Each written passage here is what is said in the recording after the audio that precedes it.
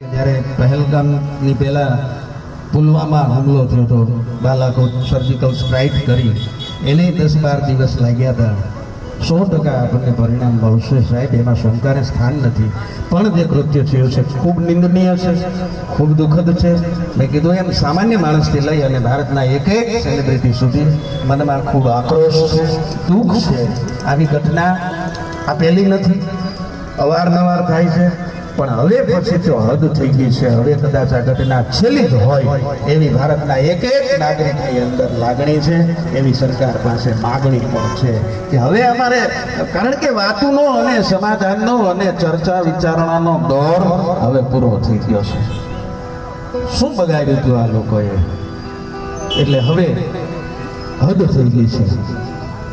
પણ કદાચ એમના નસીબમાં આવું મૃત્યુ લખ્યું હશે એમ માની અને આપણે આપણા સ્વજનોને આજે શ્રદ્ધાંજલિ આપવા માટે સમસ્ત ગોહિલવાડ, જેમ દરેક શહેરની અંદર દરેક સમાજ દ્વારા, દરેક જ્ઞાતિ દ્વારા ભાવાંજલિ, શ્રદ્ધાંજલિ, પુષ્પાંજલિના કાર્યક્રમો સૌ પોતપોતાની રીતે કેન્ડલ માર્ચ અને બધું જ કરે છે અને કરવું પણ જોઈએ.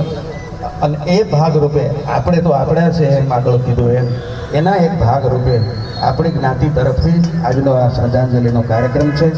અને એમાં વિશેષ વાત ન કરતા આપ સૌ મહાનુભાવોને અહીંયા આવકારું છું. અને એમના નામ પાછળ બીજું આપણે તો કાંઈ ન કરી શકીએ. પગલાં લેવાના છે, એ સરકારનો વિષય છે, એ લેશે, 100% લેશે. આપણે જરૂર એટલું કરી શકીએ કે આપણાથી શું થઈ શકે.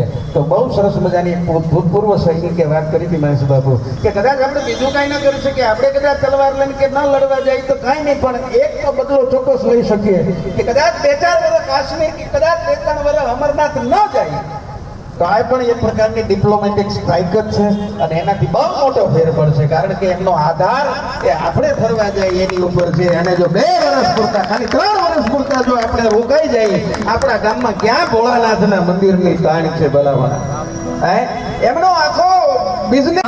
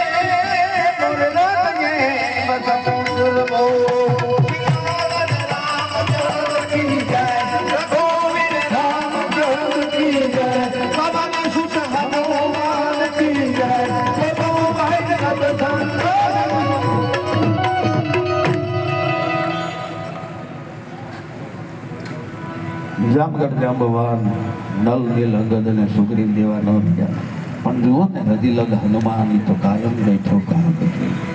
એ હનુમાનજી મહારાજને પ્રાર્થના કરી છે કે અમારા આપ્તજનો, અમારા પોતાના એવા બંને યતીશભાઈ અને સ્મિત સહિત તમામ મૃતકો, તમામ મતભાગી આત્માઓ એમને પરમ કૃપાળુ પરમાત્મા એમના ચરણોમાં એમને સ્થાન આપે. વધારો દિલીપભાઈ સુરતથી આપણા સમાજના અગ્રણી છે દિલીપભાઈ વાઘેલા. ઘટના એવી છે અને એનું કોઈ પણ સંજોગોમાં કોઈ પણ રીતે એન પ્રકારે એનું પરિણામ જોઈ છે. એની એક લાગણી સમાજના એક એક વ્યક્તિની અંદર છે. આવી આપણે કલ્પના નહોતી કરી અને એમણે પણ નહોતી કરી. આવું તો કોઈ જ ન ધાર્યું હોય. અને નિશસ્ત્ર લોકો ઉપર આવી રીતે વાર કરવો એ કોઈ બહાદુરીનું કામ નથી. એમાં કાંઈ કોઈ મોટી ઢાળ મારવાની વાત નથી. અમે લોકો 19 તારીખે પહોંચ્યા. ત્યાં એ દરમિયાન અમે લોકો બધા સાથે જ હતા. અમે સમાજના જ બધા સાથે હતા. યતીશભાઈ છે, મારા જમાઈ છે, મોટાભાઈની બેબી કાજલ મારી ભત્રીજી છે, સ્મિત મારો ભાણિયો છે. ખરેખર મારે કોઈ જવાની ઓલી હતી જ નહીં. હું દિલ્હી ગયો હતો. 8-10 દિવસ મારો બાબુ ત્યાં છે. ત્યાંથી આવ્યા ને 4-5 દિવસ પછી મેં વાત સાંભળી કે આ લોકો શ્રીનગર જાય છે. એ દરમિયાન યતીશને અમે બહુ આગ્રહ હતો. એ અમારા જમાઈની પણ એક મારા મિત્રની જેમ અમે સાથે રહ્યા છીએ. એટલે એણે કીધું કે કાકા તમે આવો તો સારું રહેશે, કે મજા આવે, આનંદ રહેશે બધા. અને હું 1-2 વાર જઈ આવેલો હતો એટલે એનો વધારે આગ્રહ હતો. એટલે પછી મેં જોઉં છું, મને મજા નથી, તબિયત બરાબર નથી મારી. એટલે પછી જોઈ છીએ કહું. પછી આગલી રાતે નીકળવાના હતા ત્યારે અમે સાંજે તેને મળવા ગયા હતા. એટલે એણે કીધું મને કે કાકા આવો તો સારું. મેં જોઉં છું, છતાં હું ઘરે જઈને નક્કી કરીને તમને કહીશ. મેં તૈયારી કરી નાખી બધી. સવારે 5 વાગ્યાની એ લોકોની ટ્રેન હતી સુરેન્દ્રનગર જવા માટે. સુરેન્દ્રનગરથી એ લોકોને ક્યાંથી ટ્રેન હતી શ્રીનગર કટરા જવા માટે. એટલે સવારમાં મારા ભાઈનો ફોન આવ્યો કે શું થયું ભાઈ? મેં કીધું મારે નથી આવવું, હું નથી આવતો, મને મજા નથી. તો કે સારું ભલે. એ દરમિયાન 9:30 પછી હું ઉઠી નાસ્તો કરતો હતો તો મારા બાબુની બધા કે પપ્પા જાઓ ને તમે, યતીશ કુમાર છે એટલે તમને ગમશે ને મજા આવશે ને એને મજા આવશે. બરાબર 10 વાગી ગયા હતા. બસ છેલ્લી હતી 10:30 તનામાં એને ફોન કર્યો. મારે ઓચિંતાનું જવાનું નક્કી થયું અને હું બરોડા પહોંચ્યો. પછી અમે બધા સાથે થઈ ગયા હતા અને ત્યાં પહોંચ્યા અને 3 દિવસ અમે સપ્તાહ સાંભળી. અને પછી અમે આ પહેલગાંવ જવાનો પ્રોગ્રામ કર્યો બધા સાથે. 20 જણા અમે ગયા હતા. 20માંથી પહેલગાંવ પહોંચ્યા પછી 12 જણા અમે ઉપર જે મિની સ્વિટ્ઝરલેન્ડ કહેવામાં આવે છે ત્યાં જવાનું અમે નક્કી કર્યું. અને 12 જણા અમે ત્યાં જવા માટે નીકળ્યા. એમાં બધા 12 જણા ગયા, થોડેક સુધી ગયા. કોઈનું મન તો હતું જ નહીં. કુદરતી જે કાંઈ સંકેત હોય કોઈનું મન હતું જ નહીં. થોડેક સુધી ગયા અમે તો અમારે યતીશ પહેલાં ઉતરી ગયા કે કાકા મારે નથી આવવું. મારી ભત્રીજી ઉતરી ગઈ કે મારે નથી આવું. પછી બીજા 2-3 ગ્રુપમાં હતા એ બધા ઉતરી ગયા, હું ઉતરી ગયો. તો પછી છોકરા બેઠા રહ્યા. છોકરાને એમ થયું કે હાલો ને સુધી આવ્યા તો જઈ. એનો બહુ આગ્રહ હતો તો અમે પાછા ત્યાં ગયા. ત્યાં હજી અમે પહોંચ્યા હતા. પછી ટિકિટ લઈને હું ને આપણે આ ભાઈ વિનુભાઈ, અમને એમના વાય પહેલાં 3 જણા અમે ઘોડાવાળા એમને નીચેથી પહેલાં લઈ ગયા. અને પછી આ ગ્રુપ અમારું પાછળ હતું થોડું. એટલે અમે 3 જણા પહેલાં એન્ટર થયા. ત્યાં અમે 3 એન્ટર થયા. ત્યાં થોડીક વાર થઈ એટલે પછી અમારું ગ્રુપના બધા આવી ગયા. એટલે અમે 3 જણા ધીમે ધીમે આપણો શેરમારા ચોક છે એનાથી થોડાક નજીક હશું એટલે ઉપર અમે ગયા. અમે ત્યાં જઈને હજી અમે બેઠા. વિનુભાઈ મારી સાથે હતા. અમે ત્યાં બેઠા એટલે આ ગ્રુપ બધું અંદર એન્ટર થયું. એટલે મેં જોયા, ઠીક મેં આવ્યા છે હજી. એટલે એ લોકો ત્યાં ગેટ આગળ જ હતા, હજી ઊભા હતા. અને અમે ત્યાં જઈને બેઠા.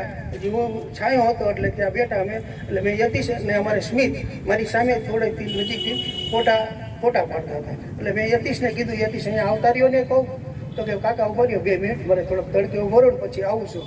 એ દરમિયાન મેં 2-3 વાર કીધું અહીંયા આવતા રહ્યો.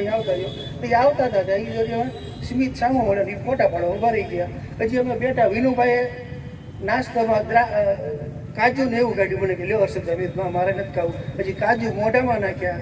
2 જણા બાજુમાં જ બેઠા હતા. એ દરમિયાન 2 હવામાં ફાયરિંગ થયા. પહેલું ફાયરિંગ હવામાં થયું, બીજું ફાયરિંગ હવામાં જ થયું. એટલે વિનુભાઈને મેં કીધું, વિનુભાઈ આ થાય હવે મને દેખાય છે એટેક હોય એવું લાગે છે. એ દરમિયાન ત્રીજું ફાયરિંગ મારી પાછળ થયું, લોકો 15 ફૂટના અંતરે. એટલે મેં પાછું વળી જોયું ને ત્યાં એક ભાઈના માથામાંથી બધું એવી રીતે ગોળી મારતી હતી બધું માથું પાથું ફાડી નાખ્યું હતું. એટલે મેં તરત વિનુભાઈનો હાથ પકડ્યો. મેં કીધું ભાગો વિનુભાઈ. ઈજરબેન ભાગ્યા. અમે થોડીક વારમાં છૂટા પડી ગયા. પછી વિનુભાઈ ક્યાં ગયા એ મને ખબર નથી, કોણ ક્યાં ગયું ખબર નથી, અમારા ગ્રુપના બધા ક્યાં છે એ કાંઈ કોઈને ખબર નથી. ઈજરબેન ભાગો ભાગો થવા માંડ્યું હતું અને અમે બહાર નીકળી ગયા. બહાર નીકળી થોડીક વાર બધે ભાગો જોવા હું ઘડીક ઉભો રહ્યો, જોયું તો મેં કોઈ જોયા જ નહીં. જો કે આ પરિસ્થિતિ જેવી હતી એટલે મને નાના માણસો બધા ધક્કા મારી બહાર કાઢ્યા. એટલે મેં થોડા નીચે ઉતરી કે ભાગો જલ્દી અહીંથી. એટલે બધા ઉતરવા માંડ્યા. કોણ ક્યાં ગયું કોઈને ખબર નથી. એટલે એ પછી દરમિયાન અમે નીચે આવ્યા તો હું થોડોક ઉતર્યો હતો. ત્યાં અમારે બીજા એક ગ્રુપને થાય કે આવી રીતે થયું છે. એટલે હું ઘડીક ત્યાં બેઠો એટલે હું પાછો આવવાની તૈયારી કરતો હતો. ત્યાં ત્યાંના ઘોડાવાળાએ મને રોક્યો. મને કે પાછો તો ન જાઓ, તમારી જાન બચાવો, અમે લોકો જઈએ છીએ ત્યાં અને અમે પણ મદદ કરશું, તમે તારી એ ચિંતા ન કરો, તમે નીકળો. તોય થોડોક હું હારીને તોય પાછો બેઠો હું. તો પછી ત્યાંથી નહીં મને ન આવવા દીધો. પછી તો કાંઈ ખબર નથી. પછી તો પહેલાં હોસ્પિટલે આવ્યા. હોસ્પિટલે આવીને બેઠા હતા તો ત્યાં બધા ત્યાં લાવતા હતા. અમારે ભાઈ માસુકભાઈ હતા એને મને ફોન કર્યો કે હર્ષદભાઈ અહીંયા આવો, હોસ્પિટલ આવો તો વિનુભાઈને લાવ્યા છે. એટલે પછી અમે ત્યાં હોસ્પિટલે ગયા. એ દરમિયાન ત્યાં એમ્બ્યુલન્સ આ રીતે બધું આવવાનું ચાલુ થઈ ગયું. મેં વચમાં જગદીશને 2 વાર ફોન કર્યા પણ કંઈ રિંગ જાતી હતી મને એને કંઈ ઉપાડ્યો નહીં. એટલે અમે હોસ્પિટલ બેઠા હતા ત્યાં. તો પછી એક ધારી એમ્બ્યુલન્સમાં બધી જેને નાનું મોટું વાગ્યું હતું ત્યાં લાવતા હતા. પછી મેં અહીંયા હોસ્પિટલમાં અડધી કલાક રહીને પૂછ્યું ભાઈ મારે આમ છે તો કે ભાઈ જેને નાની મોટી ઈજા થઈ છે એને અહીંયા લાવ્યા છે, બાકી મોટી થોડી ઘણી ઈજા થઈ છે એને શ્રીનગર લઈ ગયા છે અને બહુ અતિશય ઈજા થઈ હોય એને દિલ્હી બાજુ લઈ ગયા છે. તો સારું એમ કરી ઘડીક ત્યાં બેઠા. પછી અમને હોસ્પિટલ લઈ ગયા. પછી એને અલંગબાગ હોસ્પિટલ લઈ ગયા. પછી ત્યાંથી અમને ત્યાંથી અમારી ગાડી એમની ગાડી આવી અનંતનાગ સુધી. પછી અમારી ગાડી જે હતી બે એમાં અમને શ્રીનગર લેતા આવ્યા. શ્રીનગર અમે ત્યાંથી આવતા રહ્યા. એને કીધું જે કાંઈ છે અમે તમને મેસેજ આપશું. પછી શ્રીનગર આવ્યા પછી અમે ત્યાં અમારી હોટલે જતા રહ્યા. હોટલે ગયા એટલે પછી તો ત્યાં અમે બધા તો બહુ બધા થઈ ગયા હતા ઓલા. પછી ભત્રીજીને બધા સાથે જ હોટલે લઈ ગયા અને ત્યાં બેઠા હતા. પછી 5:30 આપણા નીમુબેન બાંભણિયા એમનો મારી પર ફોન આવ્યો. મને કે હર્ષદભાઈ હું આવી રીતે છું ને તમને કાંઈ પણ કામકાજ હોય તો મારો નંબર છે, એટલે તમારે જે કાંઈ કામકાજ હોય મને ફોન કરજો. અને સારું બેન. પછી ગાંધીનગર કલેક્ટરના મારી પર ફોન આવવાના શરૂ થયા. ભાવનગર કલેક્ટર સાહેબનો ફોન આવ્યો હતો.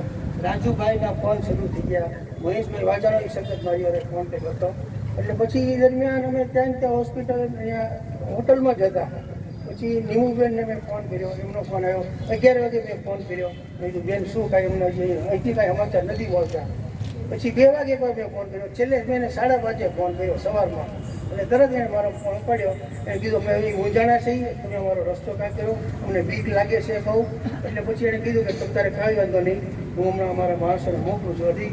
અડધી પોણી કલાક દરમિયાન એમના 2 માણસો સ્ટાફ આવ્યા અને એણે અમને તરત ગાડી 2-4 4 લઈને આવ્યા હતા. અમને બધાને ત્યાં લઈ ગયા. એરપોર્ટ જવા માટે એણે કીધું ચાલો 3 વાગ્યાની તમારી ફ્લાઇટ છે, એટલે તમને અમને બધાને ત્યાં એરપોર્ટ લઈ જવા માટે નીકળ્યા. રસ્તામાં અમારે ડેડ બોડી લેવાની હતી એટલે મને ત્યાં લઈ ગયા અને એ બધીની જે કાંઈ કાર્યવાહી અમે બતાવી. પછી એરપોર્ટ સુધી બેને કીધું તમને એરપોર્ટ સુધી લઈ જશે, ત્યાં સુધી તમે છોડી દેશે. એટલે અમે તરત એરપોર્ટ આવતા રહ્યા. ત્યાંય થોડી કાર્યવાહી હતી બધી અમે કરી અને એરપોર્ટથી 3 વાગ્યાની ફ્લાઇટ હતી એટલે બધે થોડીક એને ત્યારે 17 જણાનો સમાવેશ કરવાનો હતો એટલે એડજસ્ટ નહોતું થતું. એટલે 3 વાગ્યાની ફ્લાઇટ ગઈ એટલે એણે મને એના ઇન્ડિકોના ફ્લાઇટવાળાએ પૂછ્યું મને કે આપણે ડેડ બોડી છે અને તમારી સાથે લઈ જવાની છે કે શું કરવાનું છે. એટલે મેં એ સાહેબને કીધું તો કઈ રીતે થઈ શકે. તો કે હું ડેડ બોડી બે પહેલાં મોકલાવી દઉં. કીધું સારું કાંઈ વાંધો નહીં. અમદાવાદ સુધી એમને પહોંચાડી ગયો હતો ત્યારે કે ત્યાં પછી કાગળિયા મારા નામ હતા એટલે મારા નામ હતું એટલે ત્યાં કીધું તમે ત્યાંથી લઈ રહેજો. સારું. પછી દરમિયાન અમે ત્યાંથી 3 વાગે બરોબર મૂકી ગયા. 3, 3:30, 4 વાગે અમને ફ્લાઇટ મળી. એમાં 9 જણાની ટિકિટ પહેલાં હતી. 9 જણાને પછી બીજાને બીજી ફ્લાઇટમાં મોકલવાના હતા. એક હારે એડજસ્ટ થઈ તેમ નહોતું એટલે તરત 9માં મારું નામ નહોતું અને અમારે બેનનું એનું કોઈનું નામ નહોતું. એટલે પછી મેં એને એરપોર્ટવાળા રિક્વેસ્ટ કરી કે મારું નામ લઈ લ્યો. એટલે એમની ટિકિટની સાથે સાથે શ્રીનગરથી દિલ્હી, દિલ્હીથી બોમ્બે એ રીતે એ લોકોએ ટિકિટમાં તો એડજસ્ટ કર્યું હતું. પછી એવું એણે મને પૂછ્યું કે તમે 4 જણાના નામ આપો. એટલે એ દરમિયાન એવું કે બોડી લઈ જવા માટે તમારે 4 જણાના નામ દેવા પડશે. એટલે મેં મને 4 જણાના નામ આપ્યા હતા. એટલે હું એવું સમજ્યો હતો કે ત્યાં એ 4 જણાનું. એટલે એમાં મારી ભત્રીજીનું મારા ભાઈ સાથે હતા, મારા ભાભી હતા, એનું નામ નહોતું.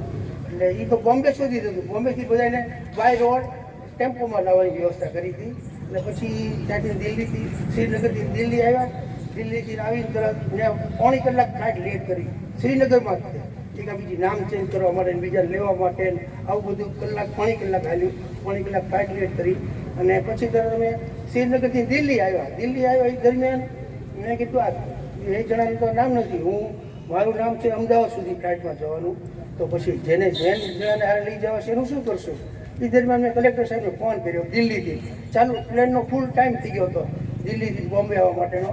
એટલે મેં સાહેબને કલેક્ટર સાહેબને ગાંધીનગર રિંગ કરી કીધું સાહેબ આ એક પ્રોબ્લેમ છે, તમે અત્યાર સુધી મને મદદ કરી જ છે, તો એક છેલ્લી મારી રિક્વેસ્ટ છે તમને બે હાથ જોડીને કે મને મારું એક છેલ્લું કામ કરી દો.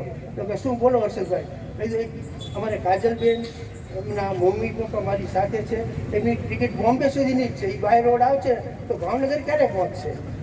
તો કે સારું હર્ષદભાઈ મને 5 મિનિટ આપો એ કે. એટલે કહ્યું સારું કાંઈ. તો 5 મિનિટ પછી તરત એમની રિંગ આવી. મને કે હર્ષદભાઈ 3 જે દિવસે નામ લખાવવા એટલે 3 એના નામ લખાવ્યા. તો કે સારું.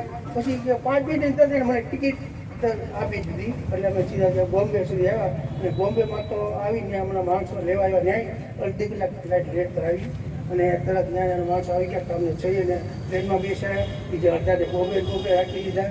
અને એ લોકો બાય રોડ આવવાના હતા. બીજાને હજી 6 જણા બાકી રહી ગયા. એ લોકો શ્રીનગર જ હતા. એટલે એ લોકોએ કીધું એની ચિંતા ન કરો, અમે પહોંચાડી દઈશું. એટલે એ લોકોની લેટ ફ્લાઇટ હતી. એટલે અમે સીધા પછી બોમ્બેથી અમદાવાદ આવતા રહ્યા. અને 2:20 અમે અમદાવાદ પહોંચ્યા હતા. એ દરમિયાન નીમુબેને તો બહુ હેલ્પ કરી. નીમુબેન તો અમારી સતત મારી યારે કોન્ટેક્ટમાં હતા. ગાંધીનગર કલેક્ટર સાહેબ, ભાવનગર કલેક્ટર સાહેબ આ લોકો હતા. કુમારભાઈ એમને એ લોકો અહીંયા ઘણા બધાએ આપણા અહીંના જે કોઈ છે તરત એમની સાથે સતત કોન્ટેક્ટમાં હતા. એ લોકો બધું વાત કર્યા કરતા હતા. મહેશભાઈનો જ પણ આવ્યા કરતો હતો.